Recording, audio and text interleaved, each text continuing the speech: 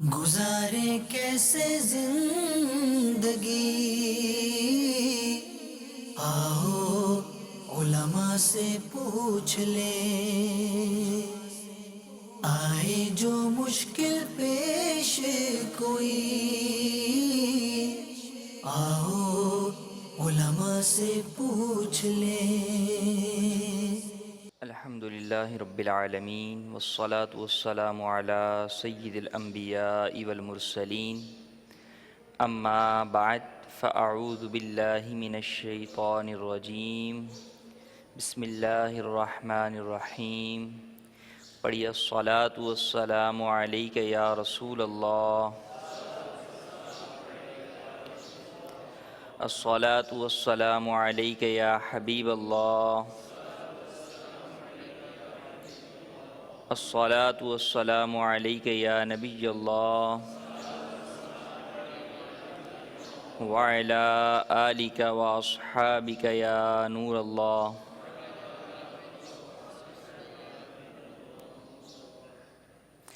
فرمان مصطفیٰ صلی اللہ تعالی علیہ وآلہ وسلم ہے، جو شخص مجھ پر ایک مرتبہ درود پاک پڑھتا ہے، اللہ تبارک و تعالی اس پر 10 رحمتیں نازل فرماتا ہے۔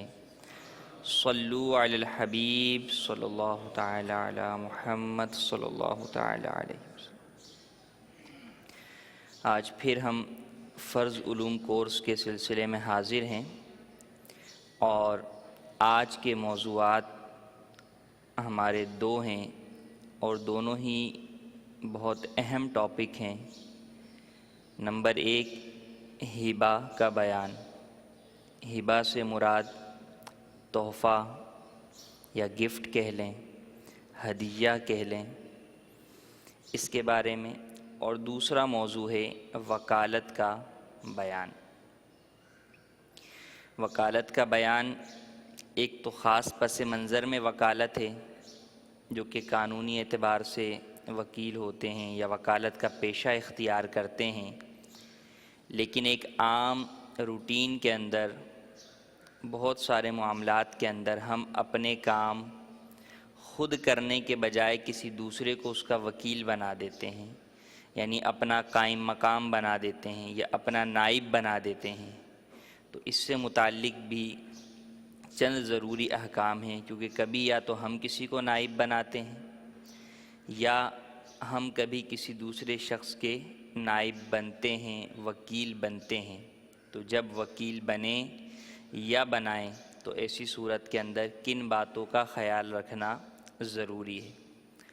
یوں ہی تحائف کا لین دین تو رائج ہی ہوتا ہے، تحفہ لیا دیا ہی جاتا ہے، لیکن کن صورتوں کے اندر تحفہ لینا ناجائز ہو جاتا ہے؟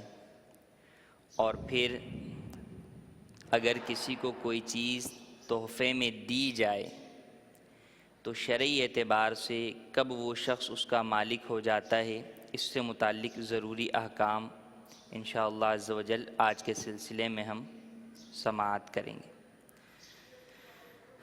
چنانچہ ہبہ کے بیان سے ہم ابتدا کرتے ہیں۔ نبی کریم صلی اللہ تعالی علیہ وآلہ وسلم نے ارشاد فرمایا کہ باہم ہدیہ کرو کہ اس سے آپس میں محبت ہوگی۔ ایک اور حدیث مبارک میں ام المؤمنین عائشہ صدیقہ سے روایت ہے، نبی کریم صلی اللہ تعالی علیہ وآلہ وسلم نے ارشاد فرمایا، ہدیہ کرو کہ اس سے حسد دور ہو جاتا ہے۔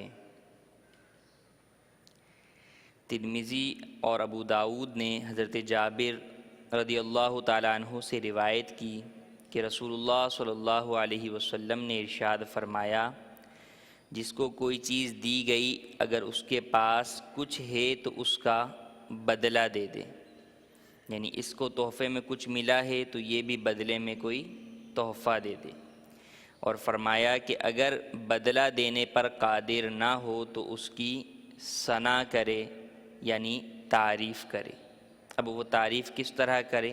اگلی حدیث میں ارشاد فرمایا، جس کے ساتھ احسان کیا گیا اور اس نے احسان کرنے والے کے لیے یہ کہا جزاک اللہ خیرا، تو اس نے پوری ثنا کر دی۔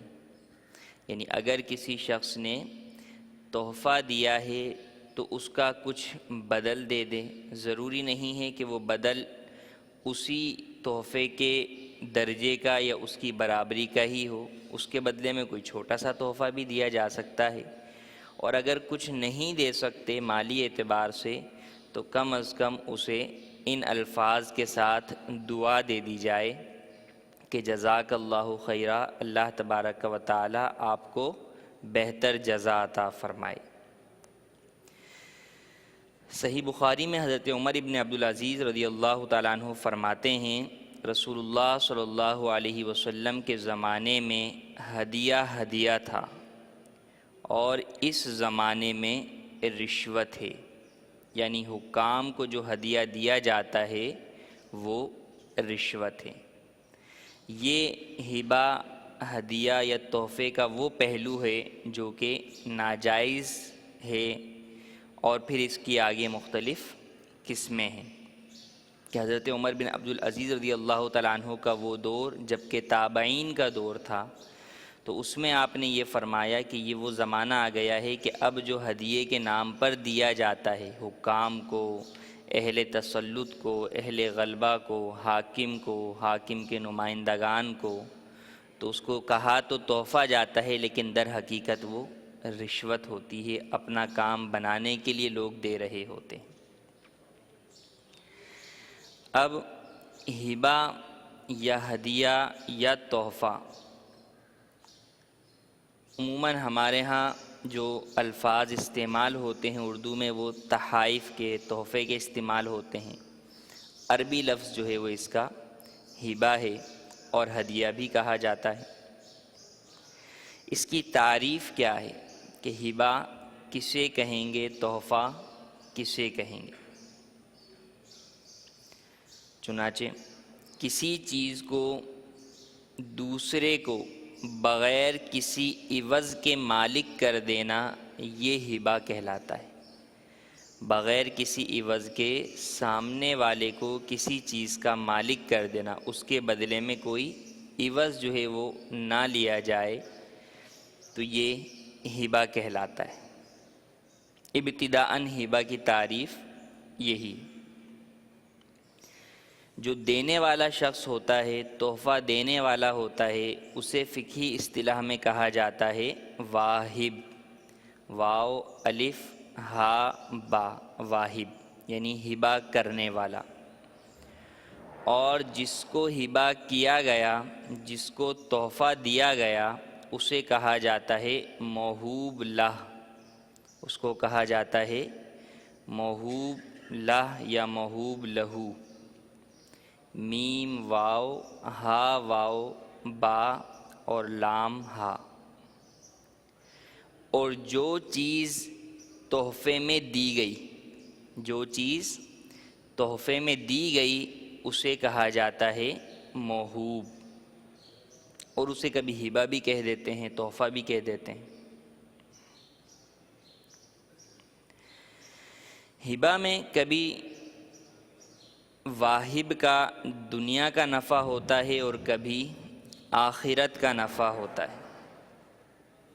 دنیاوی مثال، مثلاً کوئی تحفہ دے کر اس کے بدلے میں کوئی عوض لینا مقصود ہوتا ہے، یعنی اس میں شرط تو نہیں ہوتی کہ اس شرط کے اوپر ہبہ دے رہا ہوں، وہ پھر ایک الگ صورت بن جائے گی ہبہ بشرط العوض کی، لیکن عمومی طور پر یہ کہ میں آج اس کو ہبہ دے رہا ہوں، تحفہ دے رہا ہوں، تو کل کو یہ مجھے جو ہے وہ کوئی چیز تحفہ دے گا، یہ ذہن میں ہوتا ہے۔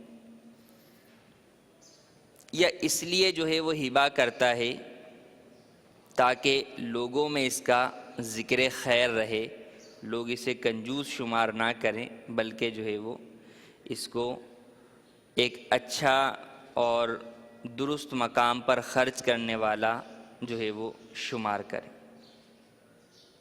پھر اس میں ریاکاری کی صورت بھی آ سکتی ہے کہ اگر سخی کہلوانے کے لیے ہبہ کرتا ہے تو اسی صورت کے اندر ریاکاری کی وجہ سے گناہ گار ہوگا اور ریاکار بن جائے گا۔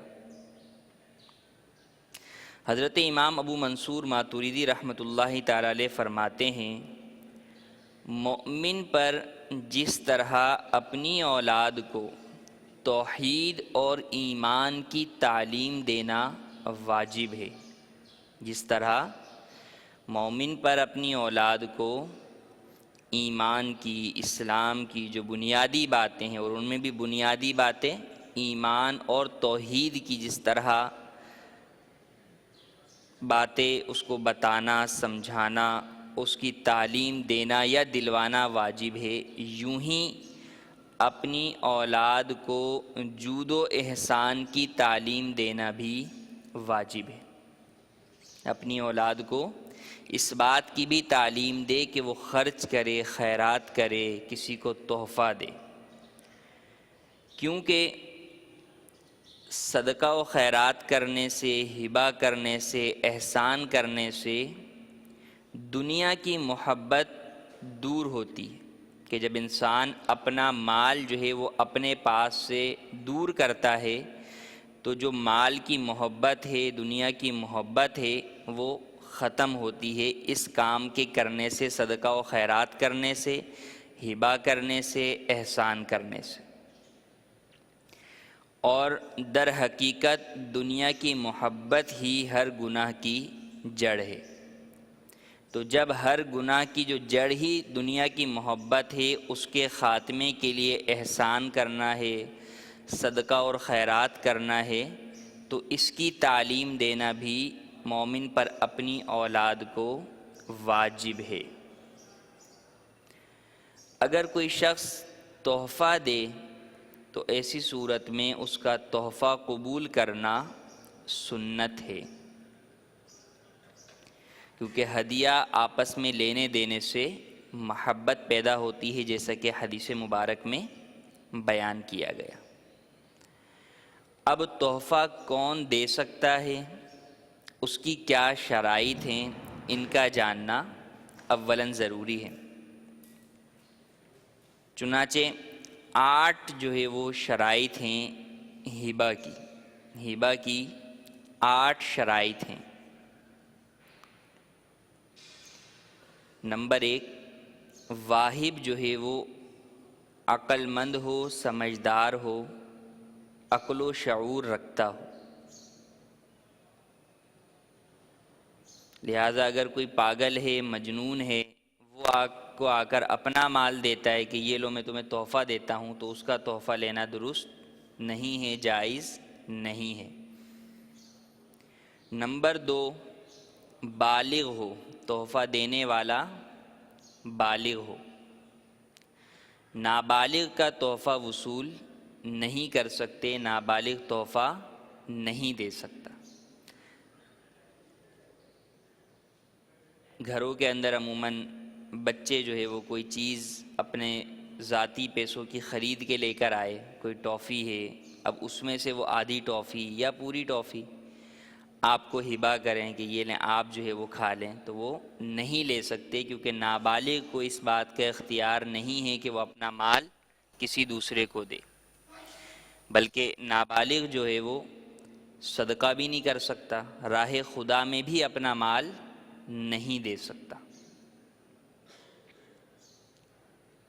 نمبر 3، شرط یہ ہے کہ جو چیز بندہ تحفے میں دے رہا ہے اس کا خود مالک ہو، دینے والا اس کا خود مالک ہو، کسی دوسرے کی چیز اٹھا کے تحفے میں نہیں دے سکتے۔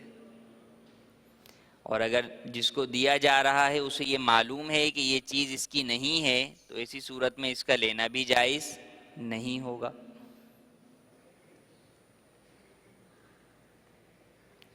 نمبر 4، جو چیز ہبہ کی جائے وہ موجود بھی ہو، جو چیز ہبہ کی جائے، تحفے میں دی جائے، وہ جس وقت دے رہے ہیں، ہبہ کر رہا ہے، اس وقت وہ چیز موجود بھی ہو۔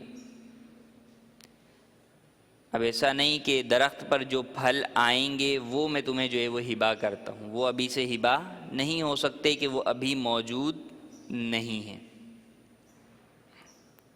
نمبر 5، وہ چیز قبضے میں بھی ہو، دینے والے کے قبضے میں بھی وہ چیز موجود ہو۔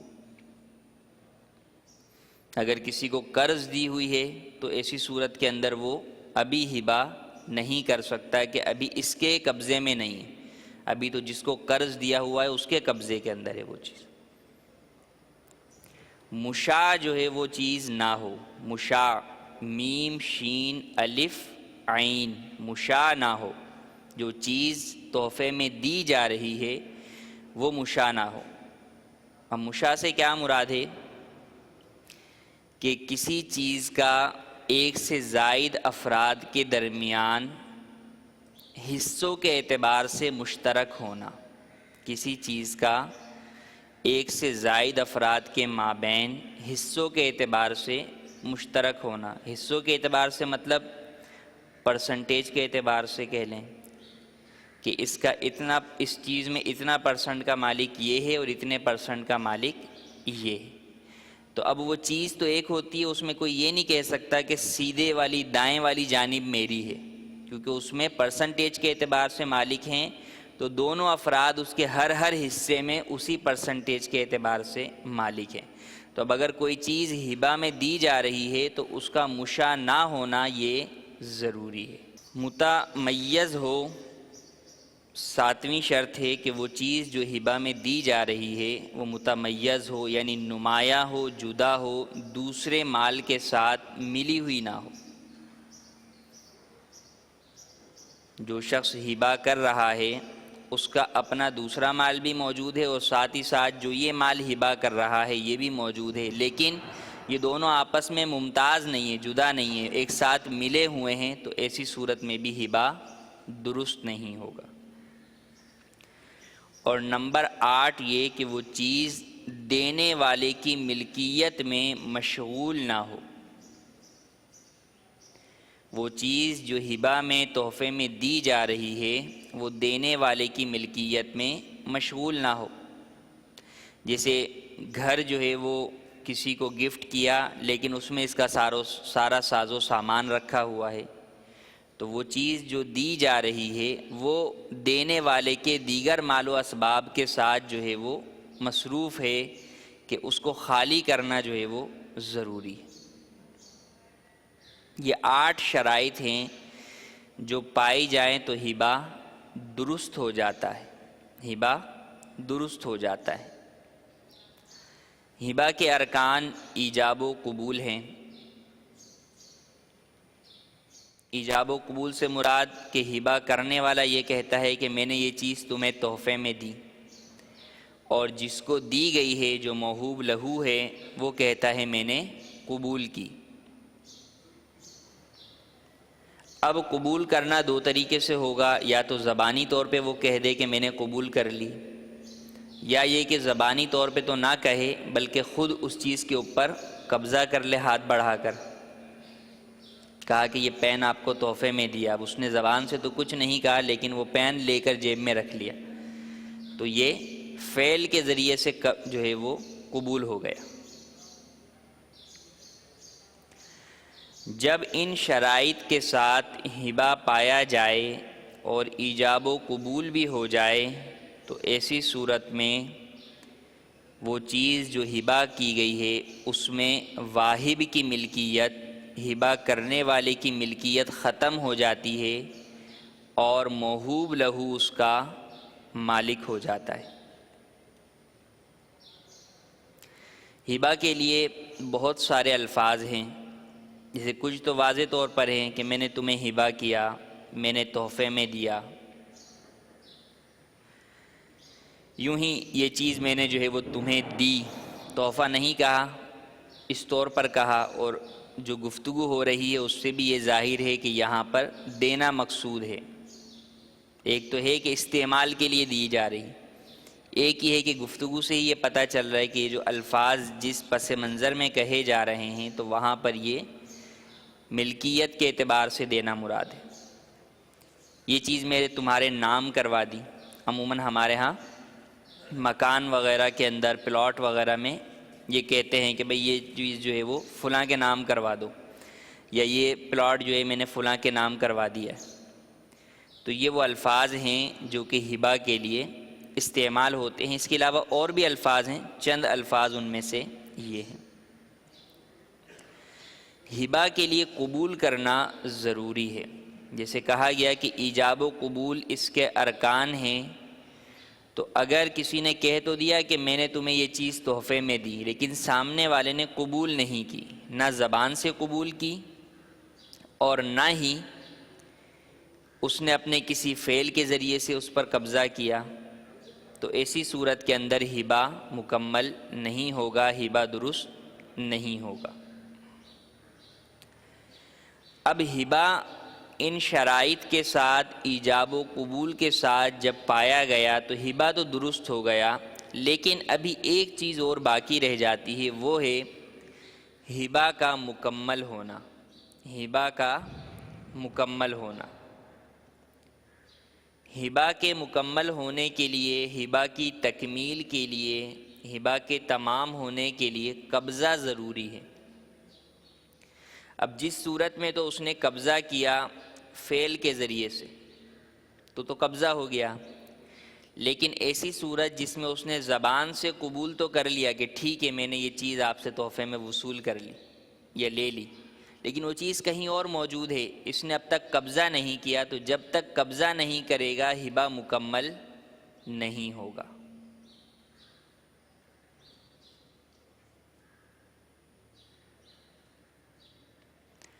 اب ہبہ کے لیے جو قبضہ ضروری ہے جس سے ہبہ مکمل ہوتا ہے، اس میں قبضے سے مراد کیسا قبضہ ہے، اس کی طرف کچھ اشارہ جو ہے وہ شرائط میں بیان کیا گیا کہ وہ چیز جو کہ ہبہ کی گئی ہے، تحفے میں دی گئی ہے، دینے والے کی ملکیت میں وہ مشغول نہ ہو. تو جب مشغول ہوگی تو اگرچہ وہ کہہ دے اسے، جیسے مکان کسی کو جو ہے وہ تحفے میں دیا، کسی کے نام کروا دیا، اب اس مکان کے اندر خود رہتا ہے، اپنے ساز و سامان کے ساتھ رہتا ہے، تو اب یوں کہنا کہ اس پر قبضہ کر لو، تو وہ کیسے قبضہ کرے؟ شرعی اعتبار سے اس کا یہ قبضہ معتبر نہیں ہوگا. اگرچہ کاغذات دے دیے، چابی دے دی، اس کے باوجود چونکہ وہ چیز جو کہ تحفے میں دی گئی ہے وہ دینے والے کی دوسری چیزوں کے ساتھ مشغول ہے، دوسری ملکیت کے ساتھ وہ جڑی ہوئی ہے، اس کے اندر جو ہے وہ اس کا حق موجود ہے، اس اعتبار سے اس کا قبضہ نہیں ہوگا. قبضہ ایک ہے قانونی اعتبار سے ہونا کہ جناب کاغذات میں نام آ گیا، کاغذات کی فائل اس کے ہینڈ اوور کر دیا آپ نے، ہو سکتا ہے چابی بھی جو ہے وہ دے دی، تو اب اگر تو مکان خالی ہے تو قبضہ ہو گیا. اس طرح جب اس نے دیکھ لیا جا کر کہ یہ مکان ہے، یہ چابی ہے اور یہ کاغذات ہیں. لیکن اگر وہ اس میں دینے والا خود رہتا ہے اپنے ساز و سامان کے ساتھ، تو ایسی صورت کے اندر یہ قبضہ تام نہیں ہوگا کہ جو قبضہ کامل کی شرط ہے ہبہ میں وہ نہیں پائی جا رہی.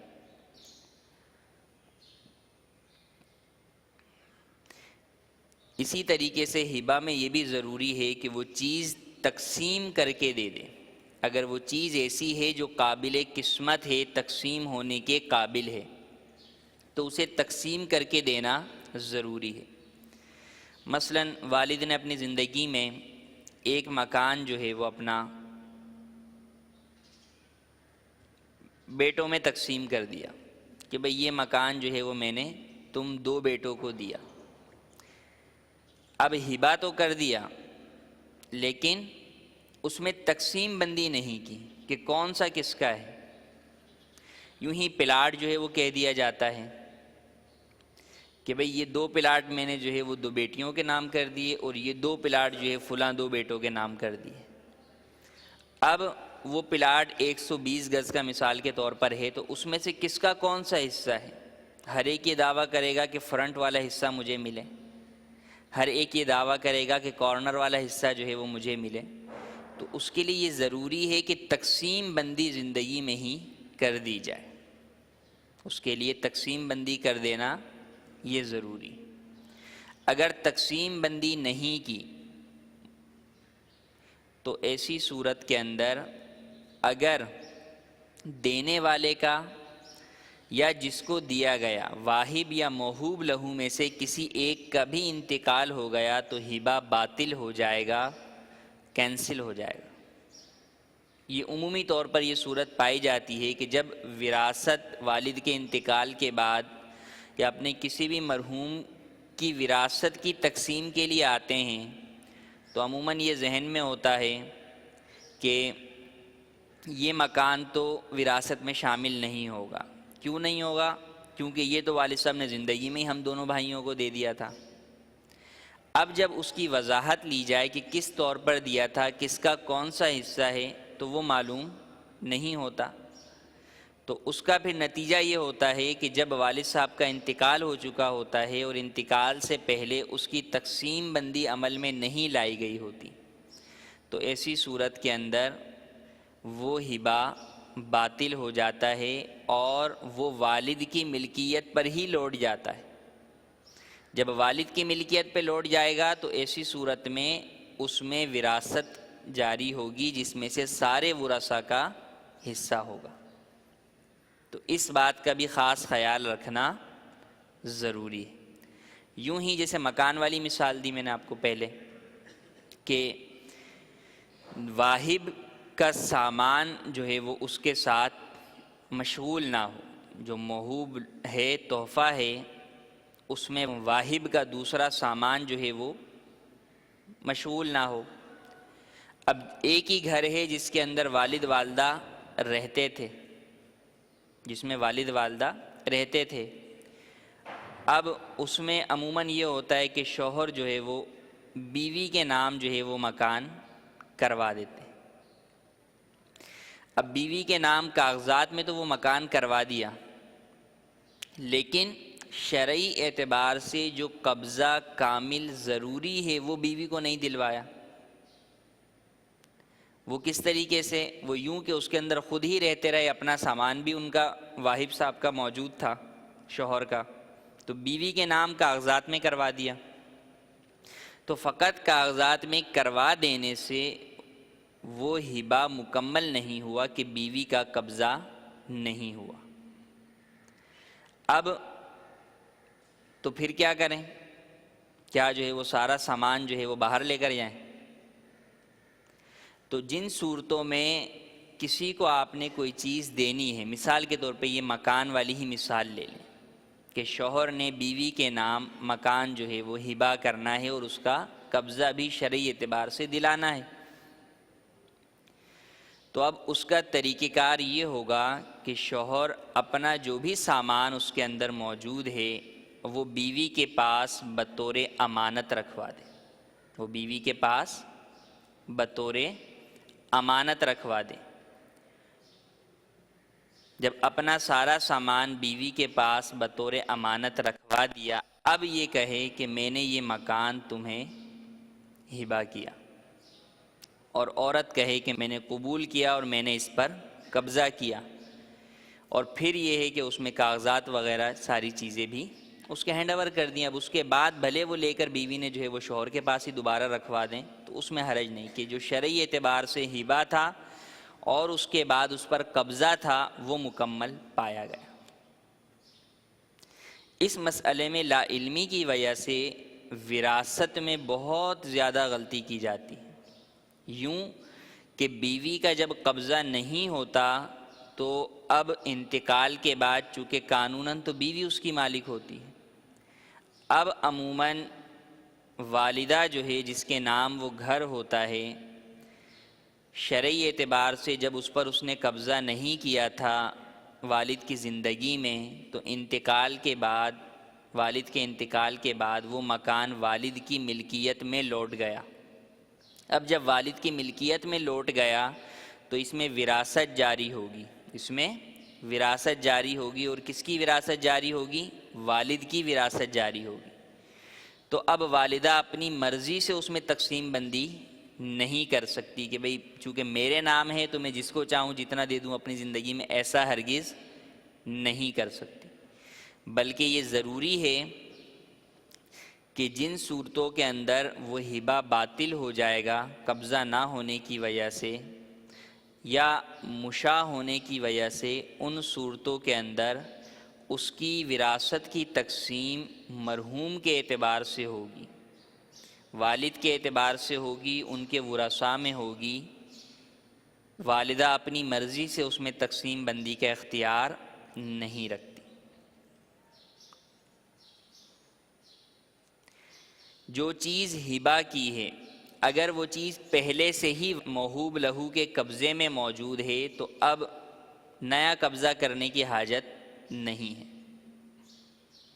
مثلا والدہ نے کوئی جو ہے وہ زیور اپنی بیٹی کو استعمال کے لیے دیا ہوا تھا، اور پھر بعد میں کہا کہ وہ زیور میں نے تمہیں گفٹ میں دیا، تو اب دوبارہ جو ہے وہ لوٹ پھیر کرنے کی حاجت نہیں ہے کہ بیٹی جو ہے والدہ کو دے اور والدہ پھر اسے دیں، بلکہ اس کے پاس چونکہ پہلے سے ہی قبضے میں موجود تھا تو وہی قبضہ اب بھی کافی۔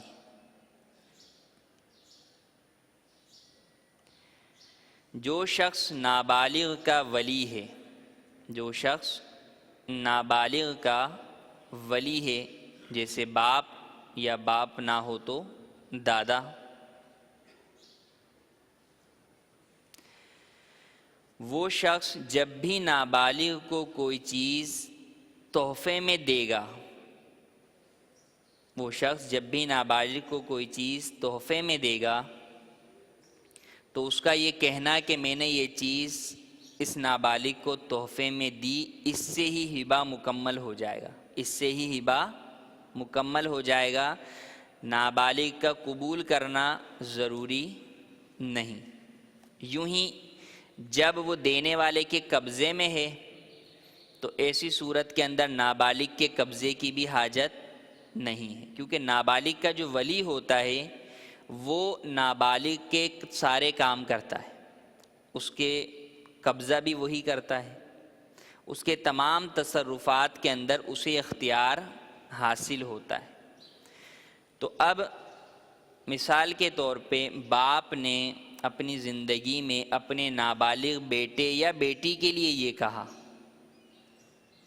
کہ میں نے فلاں مکان اپنے اس بیٹے کو دیا، تو اب بھلے جو ہے وہ بیٹے کا قبضہ اس نے نہیں بھی کرایا، لیکن چونکہ باپ کا قبضہ تو پہلے سے ہی موجود ہے تو اتنا کہنے سے ہی وہ مکان نابالغ کی ملکیت میں داخل ہو جائے گا، اور جب نابالغ کی ملکیت میں داخل ہو جائے گا تو اب باپ کو بھی اس کے اندر تصرف کی اجازت نہیں ہوگی، باپ بھی اسے بیچ نہیں سکتا۔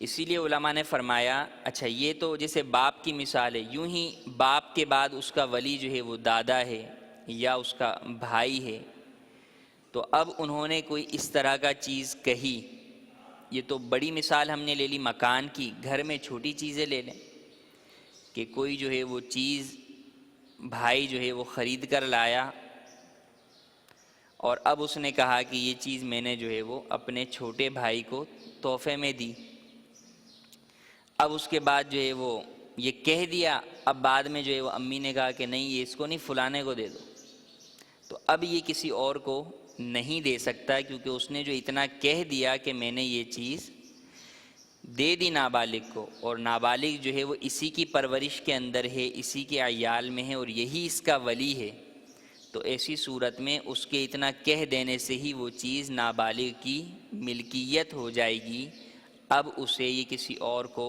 نہیں دے سکتا۔ اسی لیے علماء نے فرمایا کہ جب نابالغ کا ولی اس طرح کی کوئی بات کہے، کسی چیز سے متعلق نابالغ کے لیے ہبہ کرے تو کسی کو گواہ بنا لے، تاکہ کل کو بعد میں شیطان اگر اس کے دل میں جو ہے وسوسہ ڈالے یا اس چیز کو تبدیل کرنے کی طرف جائے تو وہ جو گواہ بنا ہے وہ اسے روک سکے گا، یا یہ کہ اگر اس کا انتقال ہو جائے تو گواہ یہ بتا سکے گا کہ یہ چیز اگرچہ اس کے مال میں پڑی ہوئی ہے لیکن یہ اس کی نہیں ہے کہ اس میں وراثت جاری ہو، بلکہ یہ فلاں نابالغ کی ہے، تو اس لیے گواہ بنا لینا چاہیے۔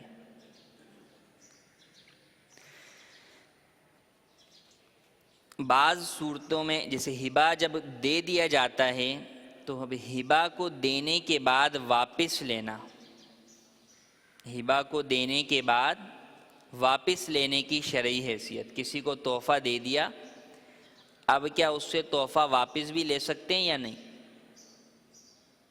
عموماً ایسا ہوتا بھی ہے، شادی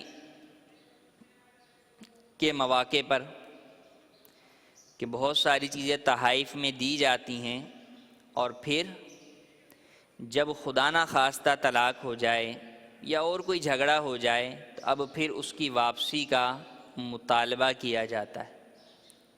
تو یہ جاننا بھی ضروری ہے کہ ہبہ واپس لینے کا حکم کیا ہے، اور وہ کون سی صورتیں ہیں جن کے اندر واپس نہیں لے سکتے۔ کسی کو چیز دے کر واپس لینا بہت بری بات ہے۔ حدیث مبارک میں ارشاد ہے کہ اس کی مثال ایسی ہے، کسی کو تحفہ دے کر واپس لینے کی مثال ایسی ہے جس طرح کتا قے کر کر پھر چاٹ جاتا ہے۔ لہذا مسلمان کو اس سے بچنا ہی چاہیے، مگر چونکہ ایک ہبہ ایسا تصرف ہے کہ واہب پر لازم نہیں، اس لیے اگر دینے کے بعد واپس لینا چاہے تو دو صورتوں میں دو شرائط کے ساتھ جو ہے وہ لے سکتا ہے۔ ایک تو یہ کہ آپس میں دینے والا اور جس کو دیا گیا وہی راضی ہو جائیں، جس کو دیا گیا ہے وہ راضی ہو جائے کہ ٹھیک ہے میں جو ہے وہ تمہیں واپس کر دیتا ہوں، اور اگر وہ راضی نہیں ہوتا تو پھر ایسی صورت میں قاضی کا فیصلہ جو ہے وہ ضروری ہوگا اس چیز کو واپس کرنے کے لیے۔ اس چیز کی واپسی کے لیے قاضی کا فیصلہ ضروری ہوگا، یا تو جس کو گفٹ دیا گیا ہے وہ راضی ہو جائے، اگر وہ راضی نہیں ہوتا، کہتا ہے میں نہیں دیتا تمہاری چیز جو تم نے مجھے دی تھی، تو اب پھر اس چیز کو واپس لینے کے لیے قضائے قاضی کا فیصلہ ضروری ہوگا۔ البتہ بعض صورتیں ایسی ہیں، 7 صورتیں ہیں وہ، جن میں وہ شخص اپنا دیا ہوا تحفہ واپس نہیں لے سکتا۔ اچھا، یہ حکم تو ہے تحفے کا، ہبہ کا، لیکن صدقہ دے کر واپس لینا جائز نہیں ہے۔ کسی کو صدقہ دے دیا تو اب اس سے واپس لینا جائز نہیں ہے۔ جیسے کسی کو صدقہ دیتے ہوئے صدقہ کہہ کر دینا ضروری نہیں ہے، آپ اس کو جو ہے وہ قرض کہہ کر بھی دے سکتے ہیں۔ اب قرض کہہ کر دے دیا، اب کل کو وہ واپس کرنے آیا، وہ اپنے ذہن میں یہ سمجھا ہوا تھا کہ اس نے قرض دیا ہے تو مجھے واپس کرنا ہے، اب وہ واپس کرنے آیا، حالانکہ آپ نے ادا کرتے ہوئے صدقے کی نیت کی تھی، اور اس کو شرمندگی سے بچانے کے لیے آپ نے صدقے کے الفاظ نہیں بولے تھے۔ یا زکوٰۃ، جسے زکوٰۃ کا مسئلہ بھی یہی ہے کہ زکوٰۃ کہہ کر دینا ضروری نہیں ہے، بلکہ آپ قرض کہہ کر بھی دے سکتے ہیں کسی کو زکوٰۃ۔ اب آپ نے تو قرض کہہ کر دے دی، لیکن وہ لوٹانے کے لیے آیا ہے تو اب اس سے لینا واپس جائز آپ کے لیے نہیں ہوگا، بلکہ آپ اسے واپس کر دیں کہ نہیں یہ آپ کا ہی ہے۔ اب کوئی یہ نہ سمجھے کہ زکوٰۃ کسی کو قرض کہہ کر دی اور اب وہ قرض لوٹانے آیا تو وہ یہ سمجھے کہ ادھر زکوٰۃ بھی ادا ہو گئی، اس سے اب میں واپس لے لیتا ہوں پیسے، اس طرح زکوٰۃ ادا نہیں ہوگی۔ حتیٰ کہ یہاں تک علماء نے فرمایا کہ واہب نے جو کسی کو تحفہ دیا ہے وہ تحفہ اس سے خریدے بھی نہیں، کیونکہ جس کو تحفے میں وہ چیز دی گئی ہے وہ تحفہ دینے والے کو جب بیچے گا تو وہ ہو سکتا ہے کم ریٹ میں بیچے کہ یار اسی نے تو دی ہے اور یہی مانگ رہا ہے، چلو ویسے ہی دے دیتا ہوں، کچھ کم قیمت کر لے گا، تو اس سے بھی علماء نے منع فرمایا۔ 7 چیزیں وہ ہیں کہ جن کی بنا پر تحفہ واپس نہیں ہو سکتا۔ نمبر 1، زیادت متصلہ، جو چیز تحفے میں دی گئی اس میں ایک کوئی ایسی زیادتی ہو گئی جو اس چیز کے ساتھ متصل ہے باقاعدہ۔ مثال کے طور پہ مکان، پلاٹ کسی کو تحفے میں دیا، اس نے اس کے اوپر اپنا گھر بنا لیا، اب جب گھر بن گیا یہ بولے مجھے واپس کرو، تو یہ واپس نہیں لے سکتا۔ یوں ہی تحفہ دینے کے بعد اگر دینے والے کا یا جس کو دیا گیا، واہب یا موہوب لہو میں سے کسی بھی ایک کا انتقال ہو گیا تو بھی تحفہ واپس نہیں ہو سکتا، کیونکہ اگر تو موہوب لہو کا انتقال ہو گیا تو وہ چیز اس کی ملکیت میں ہی نہیں رہی، اب تو اس کے ورثاء کی ملکیت میں چلی گئی، تو اس لیے واپس نہیں لے سکتا۔ یوں ہی اگر واہب کا انتقال ہو گیا تو واہب کے ورثاء کو یہ حق نہیں ہے کہ وہ تحفے میں دی ہوئی چیز واپس لیں۔ نمبر 3، واہب کا عوض لے لینا یہ بھی مانع رجوع ہے کہ اس کی وجہ سے بھی ہبہ واپس نہیں ہو سکتا۔ یعنی کسی نے کوئی چیز جو ہے وہ تحفے میں دی، اب سامنے والے نے بھی اس کو کوئی تحفہ دیا اور دیتے ہوئے یہ کہا کہ یہ جو تم نے فلاں تحفہ دیا تھا اس کے بدلے میں میری جانب سے یہ تحفہ ہے، تو گویا یہ جو دوسرا تحفہ دے رہا ہے اس تحفے کا بدل اور عوض دے رہا ہے، تو جب عوض دے دیا گیا تو ایسی صورت کے اندر بھی اب اپنا تحفہ واپس نہیں مانگ سکتا۔ لیکن یہ ضروری ہے کہ اس عوض کا عوض ہونا یہ لفظوں میں بیان کیا ہو، اگر لفظوں میں بیان نہیں کیا تو ایسی صورت کے اندر یہ عوض قرار نہیں پائے گا۔ نمبر 4، جو چیز تحفے میں دی گئی ہے وہ موہوب لہو کی ملکیت سے خارج ہو گئی، اس نے اس کو آگے بیچ دیا یا کسی کو صدقہ کر دیا یا اور کسی کو آگے گفٹ میں دے دیا، تحفے میں دے دیا، تو اب بھی یہ واپسی کا مطالبہ نہیں کر سکتا۔ نمبر 5، زوجیت، بیوی ہونا، اگر بیوی کو کوئی چیز تحفے میں دی تو بھی وہ بھی واپس نہیں لے سکتا۔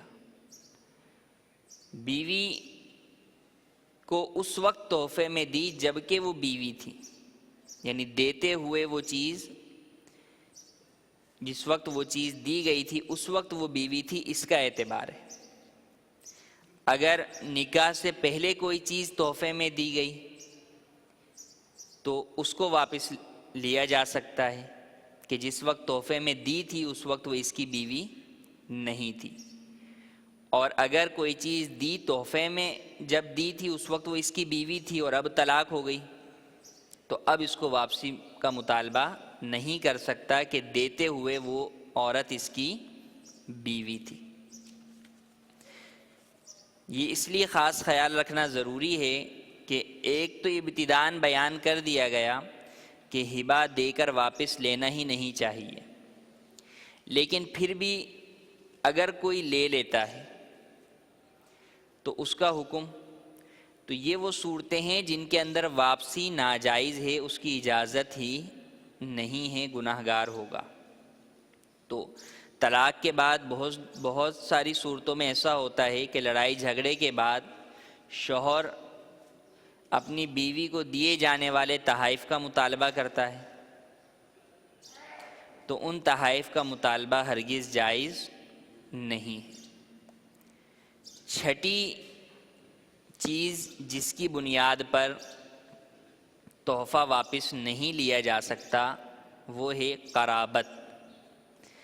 اگر اپنے کسی ذی رحم محرم کو کوئی چیز تحفے میں دی ہے تو اس سے وہ چیز واپس نہیں لے سکتا، جیسے باپ، دادا، دادی، نانا، نانی، بیٹا، بیٹی، پوتا، پوتی، نواسا، نواسی، تو اسی طرح بہن، چچا، پھپھی، کہ یہ سب ذی رحم محرم ہیں، ان میں سے اگر کسی کو کوئی چیز تحفے میں دی ہے تو بھی واپس نہیں لے سکتا۔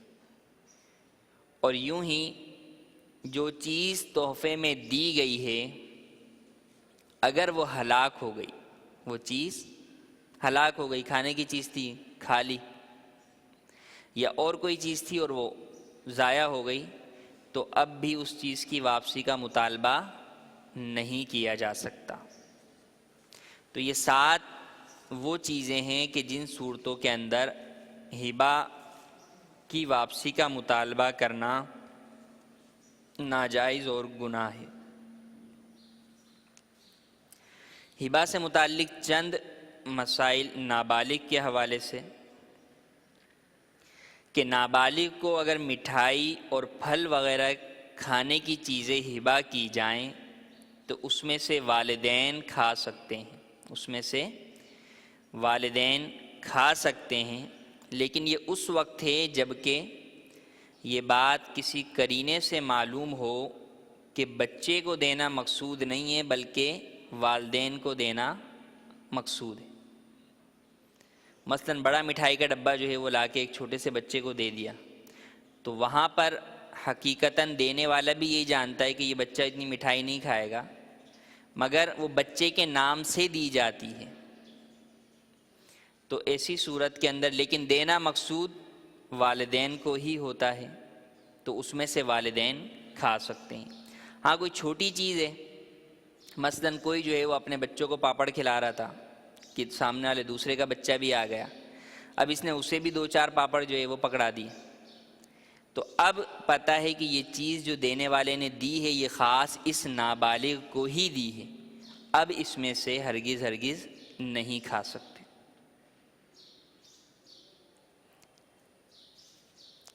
یوں ہی ختنے کی تقریب وغیرہ میں رشتہ داروں کے یہاں سے جو جوڑے آتے ہیں، ان میں جن چیزوں کے بارے میں معلوم ہو کہ یہ بچے کے لیے ہیں، مثلاً چھوٹے کپڑے ہیں یا کھلونے ہیں، تو وہ بچے کے ہی قرار پائیں گے،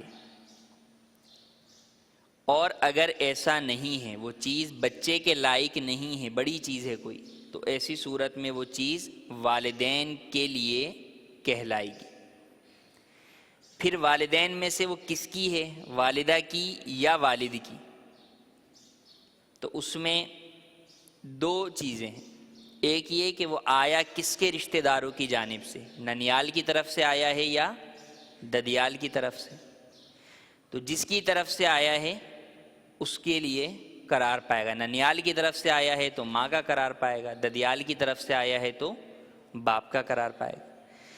پھر اس میں آگے ایک اور چیز کہ اگر ددیال سے کوئی ایسی چیز آئی ہے جو ہے خاص استعمال کی عورت کی، تو وہ عورت کی ہی قرار پائے گی، ماں کی ہی قرار پائے گی۔ یوں ہی ننیال سے اگر کوئی ایسی چیز آتی ہے، مثلاً جوڑے آ رہے ہیں اور وہ جوڑا ہے مردانہ، تو وہ قرار پائے گا باپ کا۔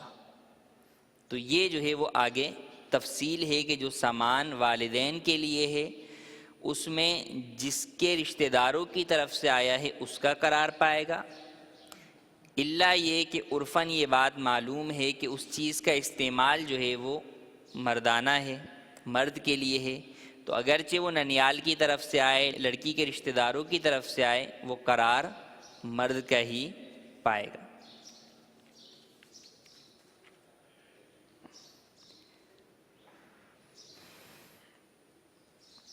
اولاد کو بھی بہت ساری چیزیں ہبہ کی جاتی ہیں، اولاد کو بھی زندگی کے اندر آدمی بہت ساری چیزیں تحفے میں دیتا ہے، اس سے متعلق چند مسائل۔ چنانچہ علماء نے فرمایا کہ بعض اولاد کے ساتھ محبت زیادہ ہو اور بعض کے ساتھ کم، اس میں تو کوئی پکڑ نہیں ہے، کیونکہ محبت ایک غیر اختیاری فعل ہے جس پر پکڑ نہیں ہو سکتی، لیکن اگر کوئی تحفہ دینے میں، کوئی چیز ہبہ کرنے میں والد یا والدہ میں سے کوئی یہ ارادہ کرے کہ یہ میں اپنے ایک بیٹے کو دے کر بقیہ بیٹوں کو نقصان پہنچا رہی ہے، تو ایسا کرنا جو ہے وہ ہرگز جائز نہیں ہے، بلکہ سب کو برابر برابر دے، کمی بیشی کرنا مکروہ ہے۔ لہذا اولاد میں جب بھی تقسیم کریں تو سب سے بہتر یہ ہے، یہ تقسیم جائیداد کی تقسیم زندگی میں کرنے کے حوالے سے بھی اور ویسے بھی عمومی اعتبار سے جائیداد سے ہٹ کر گھر میں کبھی کوئی چیز تقسیم کر رہے ہیں تو برابری جو ہے وہ رکھی جائے۔ اس میں ایک تو شریعت کے اصول پر عمل کرنا ہے، اور دوسرا اس کی وجہ سے آپ کی بعض اولاد باغی نہیں ہوں گی، ورنہ جب اولاد یہ دیکھتی ہے کہ والدین کا جھکاؤ کسی ایک طرف ہے تو وہ پھر والدین سے باغی ہو جاتی ہیں۔ ان کا باغی ہونا یہ ان کے لیے ہی نقصان دہ ہوتا ہے، لیکن بسا اوقات اس کی طرف لے جانے والے افعال وہ والدین کی جانب سے ہی ہوتے ہیں، تو اس سے بچنا بھی ضروری۔ ہاں اگر کسی اولاد میں دینی فضیلت ہے، مثلا ایک لڑکا ہے جو کہ عالم دین ہے، علم دین کی خدمت میں مصروف ہے، یا وہ عبادت کے اندر مصروف ہے، مجاہدے میں مشغول ہے، اس وجہ سے اس کو زیادہ دیتا ہے تو حرج نہیں۔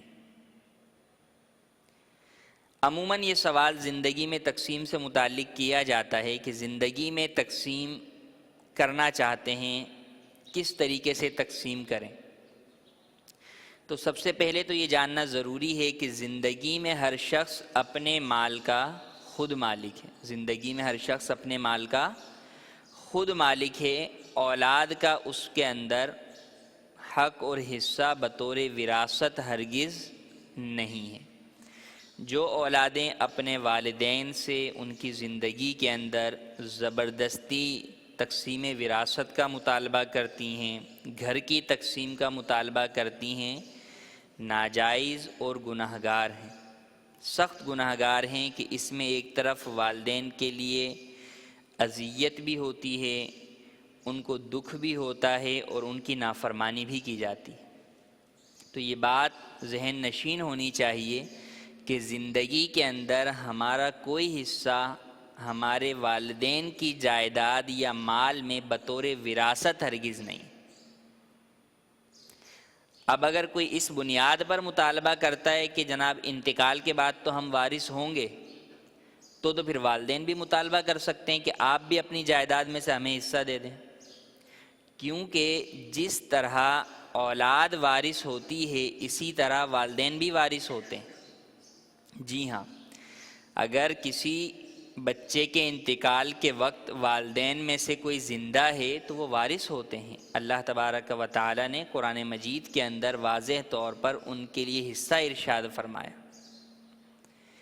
تو جب کیا پتہ پہلے آپ انتقال کر جائیں یا آپ کے والدین انتقال کر جائیں، تو جو شخص یہ مطالبہ کر رہا ہے ذرا وہ اس چیز پر غور کرے کہ کیا وہ اپنے مال میں سے اپنے والدین کو بطور وراثت حصہ دینے پہ ابھی راضی ہے؟ ہرگز ایسا نہیں ہوگا۔ تو جب آپ جو ہے وہ انتقال کے بعد وارث ہونے کے دعوے کی بنا پر آج مطالبے کا حق کر رہے ہیں، مطالبہ کر رہے ہیں، تو پھر آپ اپنے مال میں سے بھی انہیں حصہ دے دیجیے۔ اور اگر آپ میں اتنا ظرف نہیں ہے کہ اپنے والدین میں سے حصہ دیں تو پھر خود ہی سوچ لیں کہ آپ کا یہ مطالبہ کرنا کیسا ہے۔ تو الغرض والدین اپنے مال کے مالک ہیں، وہ جو چاہیں کریں۔ ہاں اگر وہ بخوشی تقسیم کرنا چاہتے ہیں، اگر وہ خود ہی بخوشی تقسیم کرنا چاہتے ہیں کہ میں اپنی زندگی میں ہی تقسیم کر دوں، تو اس میں علماء نے فرمایا کہ اولاً وہ جتنا اپنی بقیہ زندگی کے لیے مال رکھنا چاہیں اتنا اپنے زندگی کے لیے رکھ لیں۔ اگر ان کی جو ہے زوجہ حیات ہیں تو ان کے لیے جتنا رکھنا چاہیں اتنا ان کو دے دیں۔ پھر اس کے بعد جو مال بچتا ہے جسے وہ تقسیم کرنا چاہتے ہیں، ضروری نہیں کہ سارے تقسیم کریں، جتنا بھی وہ تقسیم کرنا چاہتے ہیں، تو زندگی میں چونکہ تقسیم کرنا یہ ہبہ ہے، زندگی میں تقسیم کرنا ہبہ ہے، تو اب ہبہ کی تمام شرائط کا خیال رکھتے ہوئے تقسیم کریں اور برابر برابر تقسیم کریں۔ جتنا بیٹے کو دیں اتنا ہی بیٹی کو دیں، یہ زندگی کا اصول ہے۔ زندگی کے اندر برابر برابر جو ہے وہ تقسیم کیا جائے، یہی سب سے بہتر طریقہ ہے۔ انتقال کے بعد جو تقسیم ہوتی ہے اس میں 2 حصے بیٹے کو ملتے ہیں، 1 حصہ بیٹی کو، لیکن زندگی میں جب تقسیم کی جائے تو سب سے بہتر طریقہ یہی ہے کہ برابر برابر تقسیم کیا جائے۔ پھر تقسیم اگر کریں اور ہبہ ہے چونکہ، تو پھر ہبہ کے اعتبار سے جو ابتداً ہم نے تفصیل بیان کی کہ اس کا بھی ضروری ہے کہ اس پر قبضہ دلا دیا جائے، اس کی پھر تقسیم حد بندی کر دی جائے کہ کون سی جگہ کس کو دی جا رہی ہے، کتنے فٹ دی جا رہی ہے، تو اس کی مکمل جو ہے وہ پیمائش اور قبضہ سارے معاملات کے ساتھ ہی ہبہ کریں۔ ورنہ یوں بھی ہوتا ہے کہ زندگی میں ٹوٹل ہبہ کر کے چلے گئے لیکن شرعی اعتبار سے قبضہ نہیں دلایا، یا وہ جگہ ہی مشاع تھی، تقسیم نہیں کی، تو ایسی صورت میں وہ زندگی کی ساری تقسیم انتقال کی وجہ سے ختم ہو جاتی ہے، کینسل ہو جاتی ہے، اور پھر اس میں دوبارہ وراثت جاری ہوتی ہے۔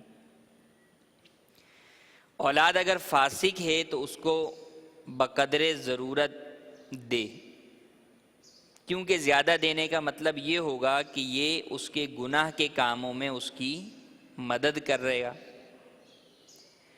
اور اگر لڑکا فاسق ہے اور یہ گمان ہے کہ اس کے بعد اس کا مال یہ گناہ کے کاموں میں خرچ کر ڈالے گا، تو ایسی صورت میں اس کے لیے چھوڑ جانے سے بہتر یہ ہے کہ اپنی زندگی میں ہی اپنا مال نیک کاموں میں خرچ کر ڈالے، اور ایسی صورت میں اسے میراث سے محروم کرنے کا گناہ بھی نہیں ہوگا۔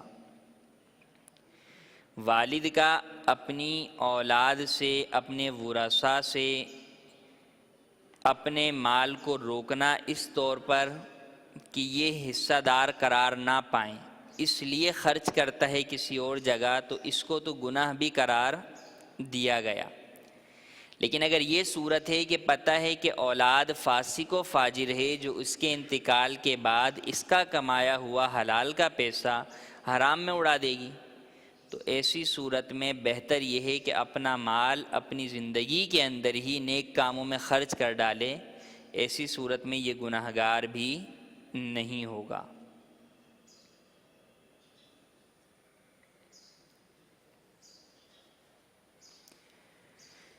باپ یا ولی جس کو نابالغ کے ہبہ پر قبضہ کرنے کا اختیار حاصل ہوتا ہے، یعنی اگر کوئی اور شخص ہبہ کرے، نابالغ کو کوئی چیز تحفے میں دے، تو باپ یا جو ولی ہوتا ہے وہ قبضہ کر لیتا ہے نابالغ کی طرف سے۔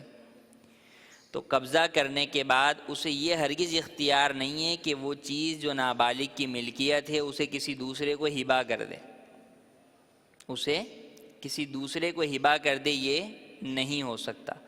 مثلاً ایک چھوٹا بچہ ہے، اس کے سوٹ جو ہے وہ آئے ہیں جو اس کے ہی استعمال کے لیے ہیں، دینے والوں نے بچے کے لیے ہی دیے ہیں، اب وہ سوٹ زیادہ ہو گئے تو اب یہ نہیں کر سکتے کہ اس میں کو اٹھا کر جو ہے وہ کسی اور موقع پر کسی اور کے بچے کی پیدائش پر اسے تحفے میں دے دیں، ایسا ہرگز نہیں کر سکتے۔ جسے بیان کیا کہ نابالغ نہ ہبہ کر سکتا ہے اور نہ ہی صدقہ کر سکتا ہے، لیکن اگر والدین اپنا مال نابالغ کو دیں کہ جاؤ یہ مسجد میں دے آؤ، یا یہ غریب کو دے دو، یا یہ صدقہ کر دو، تو یہ کر سکتے ہیں، بلکہ یہ کرنا چاہیے کہ اپنا مال اولاد کے ذریعے سے صدقہ کروائیں، تاکہ اولاد میں مال دنیا کی محبت کم ہو اور صدقہ اور خیرات کرنے کا شروع سے ہی اس کا ذہن بنا رہے۔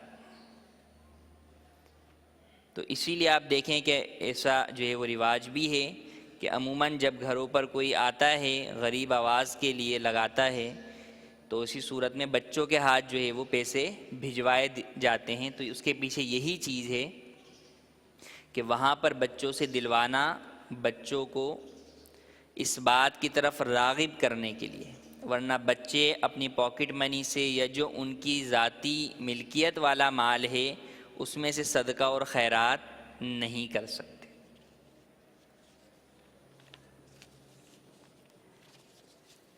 اب وہ ہبہ جو کہ ناجائز ہے اس کی کچھ تفصیل بیان کرتے ہیں۔ جیسا کہ حضرت عمر بن عبدالعزیز رضی اللہ تعالیٰ عنہ نے ارشاد فرمایا کہ اب جو ہمارے زمانے میں ہدیہ دیا جاتا ہے وہ رشوت ہے،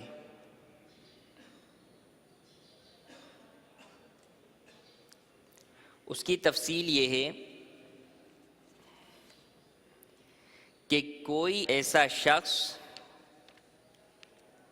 جسے کسی دوسرے پر تسلط اور غلبہ حاصل ہو، تسلط اور غلبہ حاصل ہو، وہ اس کا افسر ہو، استاد ہو، ذمہ دار ہو، وہ چاہے کسی بھی طور پر ہو، یوں کہ خود اس کی ذات کے سبب وہ اس کے اوپر حاکم ہے، یا یوں کہ حاکم کی طرف سے اسے کوئی منصب دیا گیا ہے۔ اب اس کی مثالیں لیں تو بہت وسیع وہ چلا جائے گا۔ ایک تو حکومتی اداروں کے اندر جو آفیسرز ہوتے ہیں وہ اس میں آ گئے۔ یوں ہی اگر ہم وہ دعوت اسلامی یا کسی تحریک میں دیکھیں تو جو ذمہ دار ہوتے ہیں، مختلف شعبہ جات کے اوپر ذمہ دار ہیں، یا مختلف کابینات پر یا کابینہ پر جو ذمہ دار ہیں، تو یہ بھی اسی درجے کے اندر آئیں گے۔ تو ان کا حکم یہ ہے کہ ان کو اگر کوئی شخص تحفہ دیتا ہے یا خاص ان کی کوئی دعوت کرتا ہے تو یہ رشوت ہے جو کہ ناجائز اور حرام ہے، سوائے چند صورتوں کے، سوائے چند صورتوں کے۔ عمومی طور پر ایسے افراد جنہیں کوئی تسلط یا غلبہ حاصل ہو، انہیں ان کا ماتحت کوئی تحفہ دے یا خاص ان کی ہی دعوت کرے تو ان کا یہ تحفہ قبول کرنا یہ رشوت ہے، اس سے بچنا بے حد ضروری ہے۔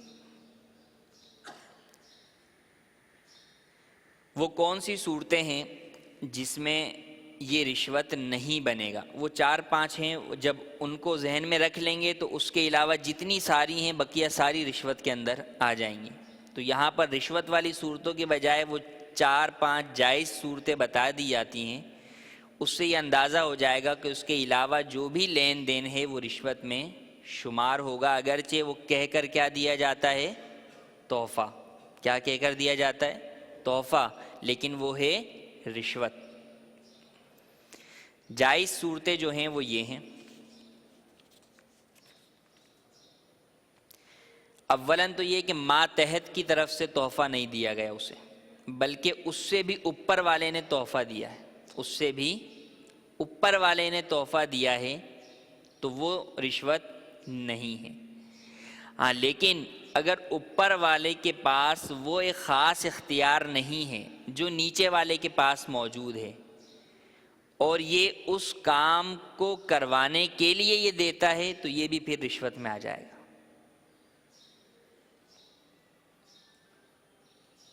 نمبر 2، وہ افراد اسے تحفہ دیں جو کہ اس منصب پر آنے سے پہلے بھی اسے تحفہ دیا کرتے تھے۔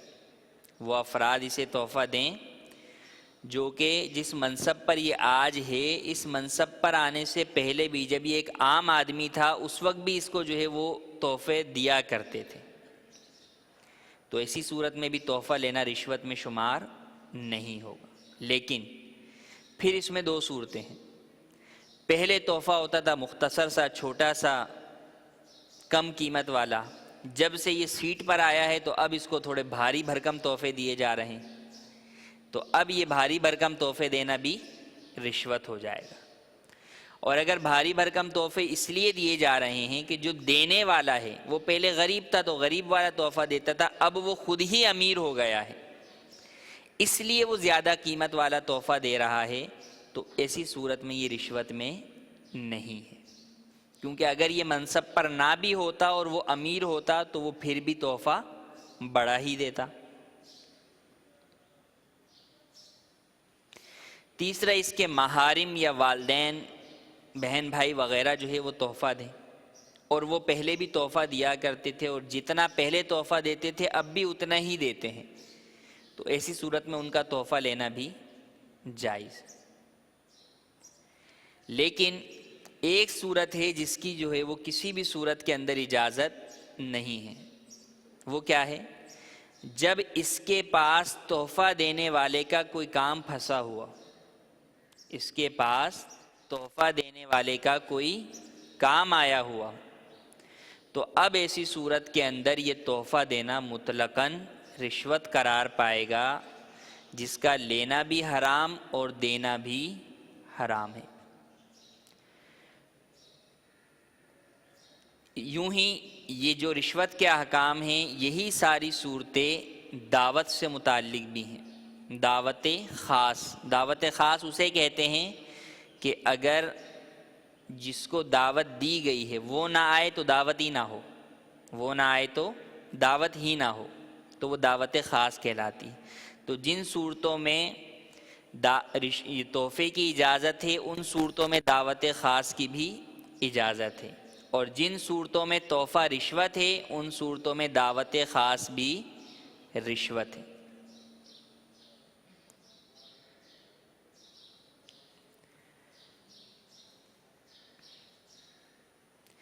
البتہ اگر کوئی مشورہ ہو رہا ہے یا جو ہے وہ کوئی محفل ہے، اس میں جو ہے وہ کھانا آ گیا، سب کے لیے ہی آیا ہے، تو ایسی صورت کے اندر حرج نہیں ہے کہ وہ دعوتیں عام ہے، کسی جگہ پر لنگر ہے، نیاز ہے، ساری پبلک ہی جو ہے وہ مدعو ہے، یہ بھی ہے، تو اس میں کوئی حرج نہیں ہے۔ لیکن وہاں بھی اگر اس کے لیے الگ خاص اہتمام ہے اس دعوت سے ہٹ کر، تو وہ دعوت خاص ہو جائے گی، اور اس میں بھی پھر ناجائز والی صورتوں کے اندر وہ رشوت قرار پائے گا۔ تو اس تفصیل سے یہ پتہ چلا کہ ہم جو رشوت کا ایک خاص کانسیپٹ لے کے بیٹھے ہوئے ہیں ذہن میں کہ فقط وہی رشوت ہے، اس کے علاوہ رشوت نہیں ہے، ایسا ہرگز نہیں ہے، بلکہ رشوت کی کئی صورتیں ہیں جو ہو سکتا ہے کہ ہمارے درمیان بھی پائی جاتی ہوں، کہ ہمیں بھی کہیں نہ کہیں کسی کے اوپر کوئی قدرت اور تسلط حاصل ہوتا ہے۔ جیسے استاد ہے، اسے جو ہے وہ کوئی طالب علم تحفہ دے رہا ہے، یا جو ہے وہ ہم اپنے جو ہے وہ سپروائزر کو جو ہے وہ تحفہ دے رہے ہیں اپنا جو ہے وہ کام نکلوانے کے چکر میں، یا اس لیے کہ اسے خوش رکھا جائے تو کل کو یہ ہماری فیور کرے گا۔ تو اس طرح کی کئی صورتیں جو ہے، اگر ہم خود سپروائزر ہیں تو پتہ ہے کہ نیچے والے جو ہے وہ ہمیں تحائف دے رہے ہیں، پہلے کبھی نہیں دیتے تھے اور اب جو ہے وہ تحائف دیتے ہیں۔ یوں ہی تنظیمی ذمہ دار ہیں تو وہ بھی غور کریں کہ پہلے کبھی کسی نے عطر بھی نہیں دیے، اب جو ہے وہ بڑے بڑے عطر کے جو ہے وہ پیکٹس مدینہ منورہ کا عطر کے نام پر دیے جا رہے ہیں۔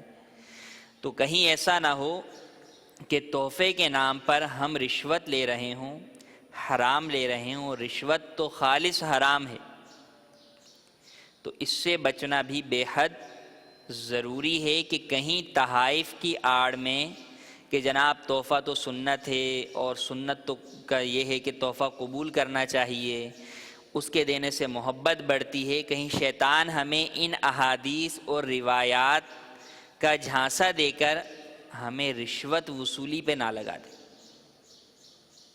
اس بات کا خاص خیال رکھنا تحائف کے اندر ضروری ہے۔ یوں ہی ایک اور مسئلہ، عشق مجازی میں جو آپس میں تحائف کا لین دین ہوتا ہے نامحرموں کے درمیان، وہ بھی تحفے نہیں بلکہ رشوت ہیں، وہ تحفے بھی تحفے نہیں بلکہ رشوت ہیں، جن کی توبہ کرنے کے ساتھ ساتھ ان کو واپس کرنا بھی ضروری ہے۔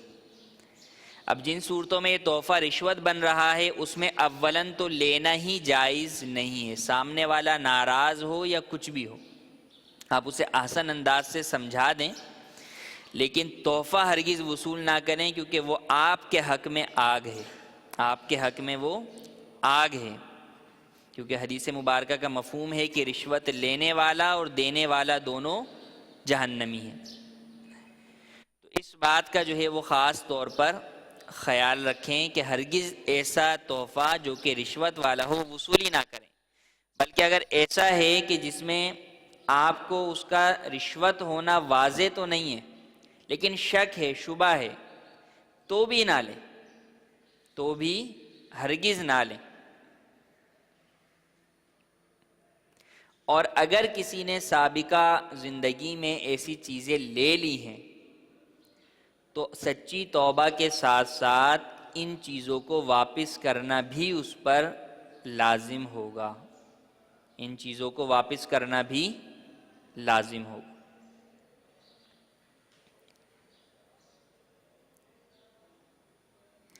اگر کسی کو یہ معلوم ہے کہ یہ شخص جو مجھے تحفہ دے رہا ہے اس کو یہ چیز ناجائز طریقے سے ملی ہے، اس کو یہ چیز ناجائز طریقے سے ملی ہے، تو اب اس سے وہ چیز تحفے میں وصول کرنا بھی جائز نہیں ہے۔ یہی مثال لے لیں کہ مثلا کسی نے کسی کو افسر کو عطر جو ہے وہ دیا رشوت کے اندر، اور آپ جو ہے وہ ملاقات کے لیے گئے کسی اعتبار سے، اور اس نے کہا کہ یہ مولانا صاحب عطر جو ہے وہ آیا ہوا ہے، آپ لے لیں۔ اب اگر آپ کے سامنے ہی پتہ ہے کہ وہ رشوت میں یہ چیز دی گئی ہے تو اب آپ کے لیے وہ وصول کرنا جائز نہیں ہے۔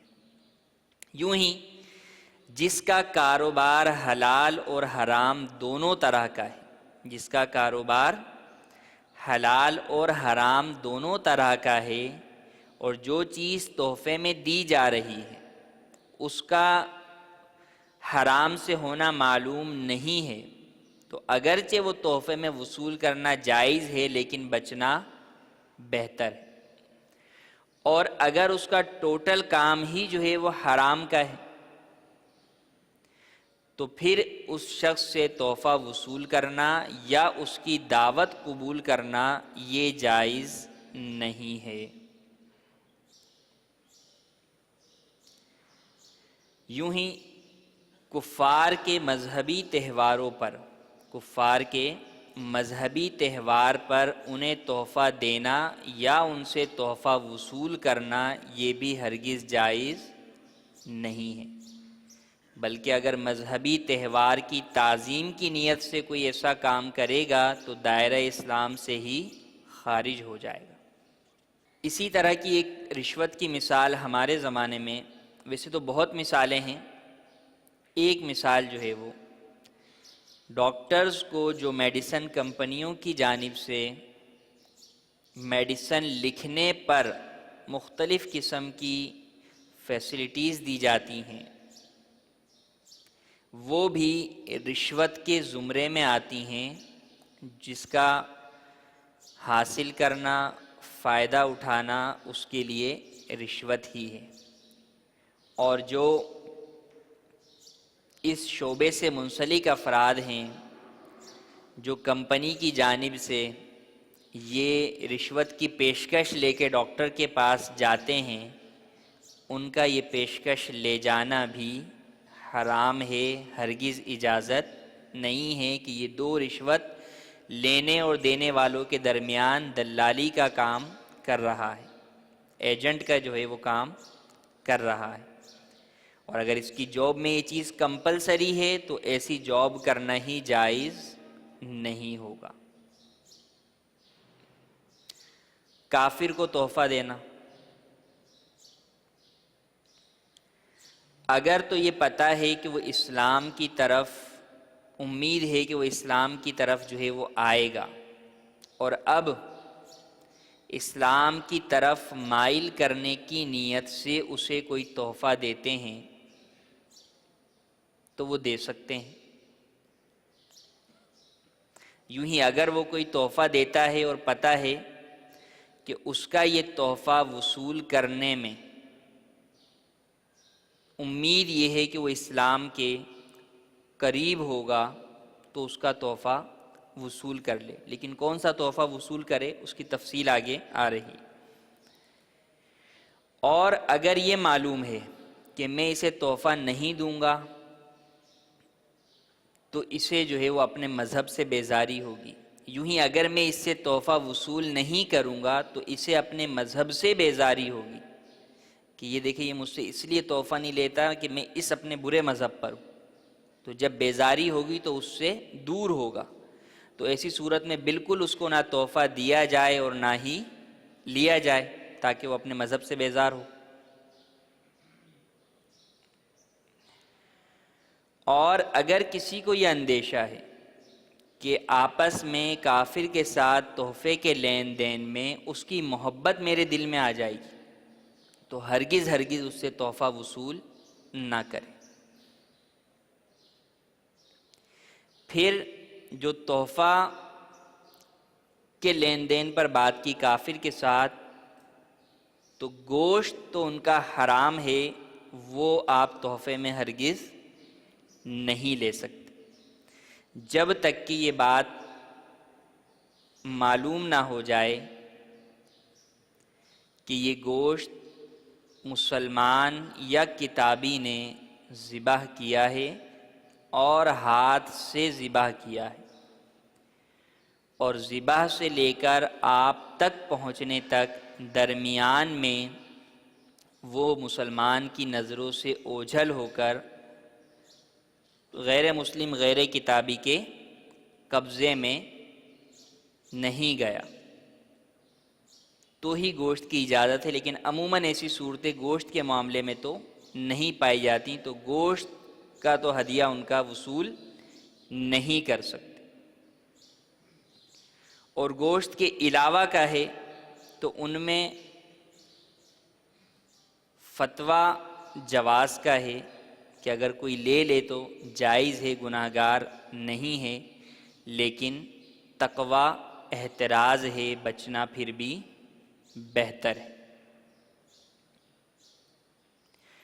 یہ جو اوپر صورتیں بیان کی کہ کن صورتوں کے اندر کافر سے ہدیہ لینا یا اسے دینے کی صورتیں ہیں، عمومی طور پر یہ چیزیں عوام میں نہیں پائی جاتی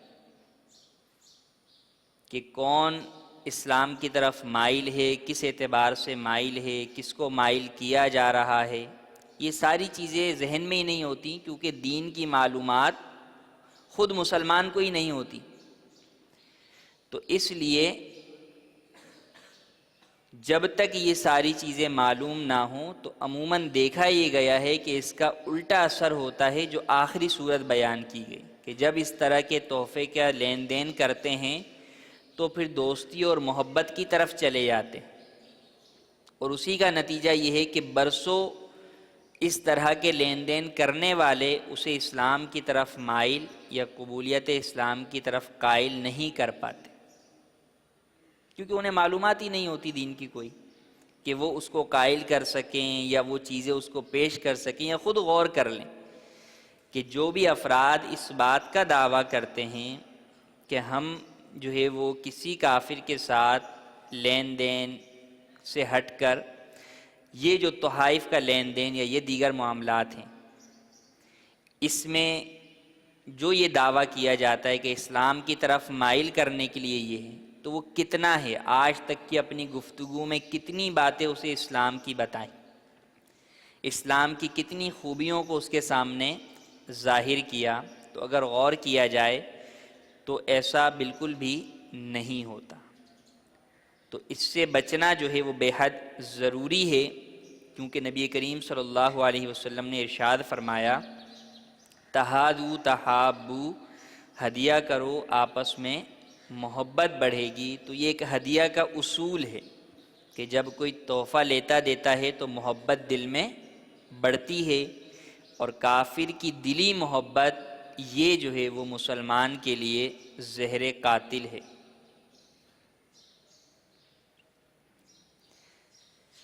تو یہ تھے چند جو ہے وہ احکام ہبہ سے متعلق، جن میں ابتداءً ہبہ کو بیان ہم نے کیا، اور پھر اس کے آگے جو اس کی مختلف صورتیں ہیں رشوتوں والی، ناجائز، وہ تمام بیان کی۔ تو پتہ چلا کہ یہ جو تحفہ ہے ایک سمپل سا ایک وہ ہے کہ تحفے کا لین دین ہے، اس میں کتنی فرض باتیں ہیں جن کا سیکھنا ہم پر ضروری تھا، اور کتنی پرخطر راہیں ہیں جن سے بچتے بچاتے ہوئے چلنا ضروری ہے۔ ہر تحفہ جو مال آ جائے تو ٹھیک ہے قبول کیجئے، جزاک اللہ کہہ لیجئے، ایسا نہیں۔ تو یہ بھی خیال کرنا چاہیے کہ جو ہمیں دے رہا ہے وہ حلال مال سے دے رہا ہے، حرام مال سے دے رہا ہے۔ جو چیز مجھے مل رہی ہے کہیں وہ میرے حق کے اندر رشوت تو نہیں ہے، کہیں وہ میرے لیے مال حرام تو نہیں ہے۔ ایک بندہ ہے جو کہ اپنی پوری زندگی جو ہے وہ حلال کی تگ و دو میں، بھاگ دوڑ میں گزار دیتا ہے کمانے کے اعتبار سے، لیکن اس کے پاس حرام ان دوسرے ذرائع سے آ رہا ہوتا ہے جسے وہ حرام کم علمی کی وجہ سے سمجھ نہیں رہا ہوتا۔ تو یوں جاننا ضروری ہے اور اس کے مطابق عمل کرنا ضروری ہے۔ اب جو ہمارا دوسرا ٹاپک تھا وکالت، تو مکمل تو نہیں ہو سکے گا مگر اس سے متعلق چند ضروری۔ اولاً تو موجودہ وکالت جو ایک باقاعدہ پیشہ ہے،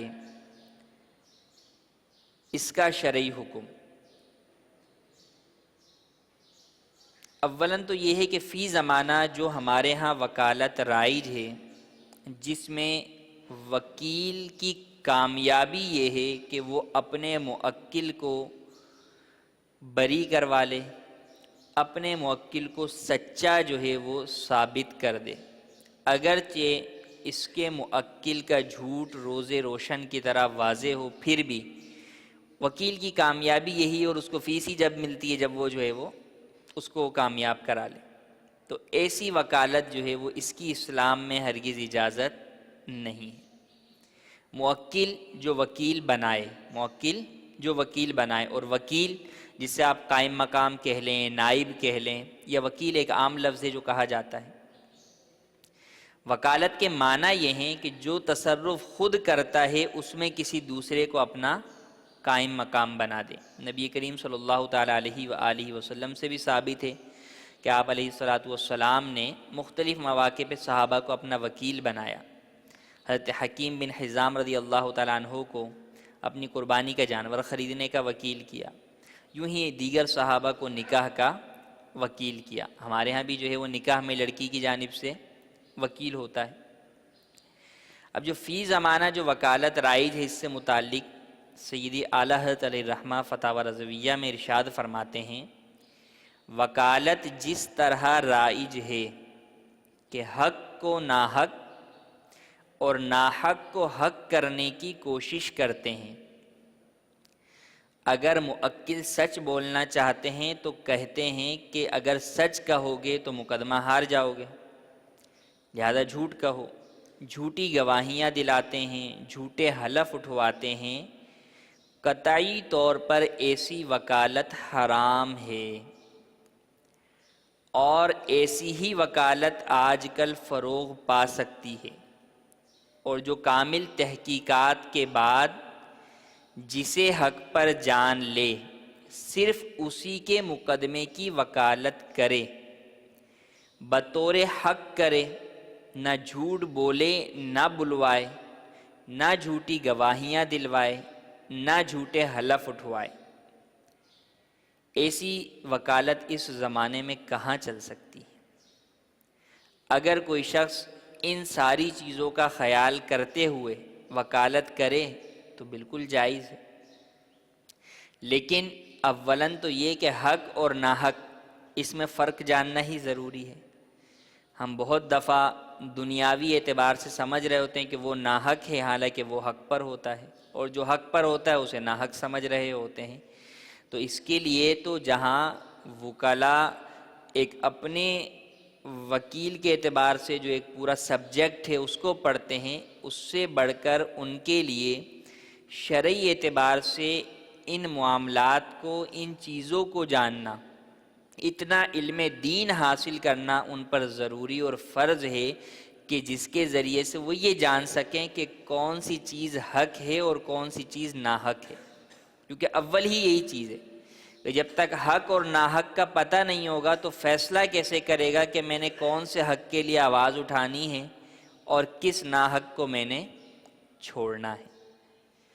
تو فرمایا علماء نے کہ اولاً تو جو شخص وکالت کرنا چاہے وہ اس موضوع سے متعلق یا اس میں جو چیزیں درپیش آتی ہیں ان سے متعلق کافی علم دین جو ہے وہ رکھے، جس سے حق اور ناحق کی پہچان ہو جائے، ظالم اور مظلوم اس پر واضح ہو جائے، اور پھر صرف حقدار کا مقدمہ لے کر اس کی وکالت کرے۔ دوران وکالت جھوٹ بلوانے سے مکمل پرہیز کرے اور رشوت لینے سے اجتناب کرے، اور جہاں ناجائز کام میں مبتلا ہونے کا خطرہ ہو وہاں علماء سے فوری طور پر رہنمائی حاصل کرے۔ یوں ہی جہاں شک و شبہ و حق اور ناحق سے متعلق تو وہاں پر بھی علماء سے جو ہے وہ معلومات لے اور اس کے مطابق جو ہے وہ عمل کرے۔ اب وکیل کا ایک مسئلہ جو عموماً ہمارے ہاں پایا جاتا ہے وہ ہے نکاح کی وکالت کا مسئلہ۔ نکاح کی وکالت کا مسئلہ کہ نکاح میں عموماً جو مجلس نکاح ہوتی ہے، جہاں پر ایجاب و قبول ہوتا ہے، گواہ ہوتے ہیں، وہاں پر لڑکیاں نہیں آتی، تو کوئی نہ کوئی وکیل بنتا ہے لڑکی کا جو آ کر وکالت کرواتا ہے۔ تو وکالت کا ایک اصول یہ ہے کہ اگر میں نے کسی کو وکیل بنایا ہے تو وہ وکیل آگے مزید کسی دوسرے تیسرے کو وکیل نہیں بنا سکتا جب تک کہ میری جانب سے اس بات کی اجازت نہ ہو۔ اگر تو میری جانب سے اس کو مکمل اجازت ہے کہ تم بھی میرے وکیل ہو اور تمہیں یہ بھی اجازت ہے کہ آگے جسے چاہو میرا وکیل بنا دو، تو ٹھیک ہے۔ لیکن اگر فقط کسی ایک کام کے لیے میں نے کسی کو وکیل کیا تو وہ خود ہی وہ کام کر سکتا ہے، وہ آگے کسی دوسرے کو وکیل نہیں بنا سکتا۔ تو اب یہ نکاح کے معاملے میں جب عموماً لڑکی سے جو اجازت لینے جاتے ہیں، جو وکیل بنتے ہیں، جن کی گواہوں کی موجودگی میں لڑکی جس کے سامنے اقرار کرتی ہے کہ میں نے آپ کو وکالت دی کہ آپ میرا نکاح فلاں بن فلاں سے پڑھوا دیں، اب وہ خود آ کر تو نکاح نہیں پڑھاتا ہے، بلکہ وہ تو آ کے قاضی صاحب کو یا نکاح خواں کو عرض کرتے ہیں کہ بھئی فلانا لڑکی کا نکاح فلانا سے اتنے مہر کے بدلے میں آپ پڑھوا دیں۔ تو یہ صورت وکیل آگے وکیل نہیں بنوا سکتا۔ تو اب اس میں احتیاط یہ کرنی چاہیے، اور جو شرعی مسئلے کے اعتبار سے، کہ اولاً یا تو وکالت ہی قاضی صاحب کے لیے لیں، وکالت ہی قاضی صاحب کے لیے لیں کہ جو ہے وہ لڑکی ڈائریکٹ یہ کہے کہ میں فلاں کو اجازت دیتی ہوں، جو بھی نکاح خواہ ہیں اس کا نام لے کر۔ لیکن اس میں پھر عموماً یہ مسئلہ ہوتا ہے کہ اجازت لڑکی نے وکیل بنایا قاضی کو، تو شرعی اعتبار سے تو وہ درست ہو گیا، لیکن اب جب نکاح فارم میں لکھتے ہیں تو وہاں پر نکاح کے وکیل میں قاضی کا نام عموماً نہیں لکھا جاتا، بلکہ جو پوچھ کر آیا ہوتا ہے اس کا نام لکھا جاتا ہے، حالانکہ وہ وکیل ہی نہیں، تو پیپر میں جو اصل ہوا ہے اس کے خلاف لکھا جاتا ہے، اس کی بھی اجازت نہیں ہے۔ تو اس کا حل یہ ہے کہ جس کو وکیل بنایا جائے اس سے وکالت یوں لی جائے کہ میں نے تمہیں بھی وکیل کیا اور تمہیں اس بات کا بھی وکیل کیا کہ تم جس کو چاہے آگے میرا نکاح کرنے کا وکیل بناؤ۔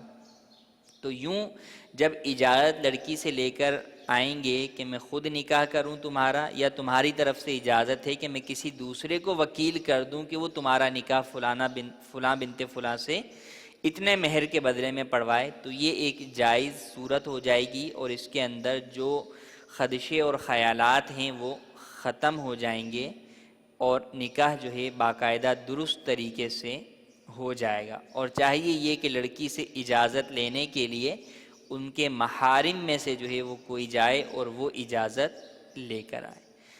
اللہ تبارک و تعالی سے دعا ہے جو سنا اسے یاد رکھنے، اس پر عمل کرنے، اسے دوسروں تک پہنچانے کی سعادت نصیب فرمائے۔ آمین بجاہ النبی الامین صلی اللہ تعالی علیہ وآلہ وسلم۔ صلو علی الحبیب صلی اللہ تعالی علی محمد۔ الحمد للہ رب العالمین والصلاة والسلام على سید المرسلین، اما بعد فاعوذ باللہ من الشیطان الرجیم، بسم اللہ الرحمن الرحیم، الصلاة والسلام علیک یا رسول اللہ وعلى آلك وأصحابك يا حبيب الله، الصلاة والسلام عليك يا نبي الله وعلى آلك وأصحابك يا نور الله، نويت سنة الاعتكاف۔ الحمدللہ عز وجل، ایک بار پھر ہم اپنے اس فرض علوم میں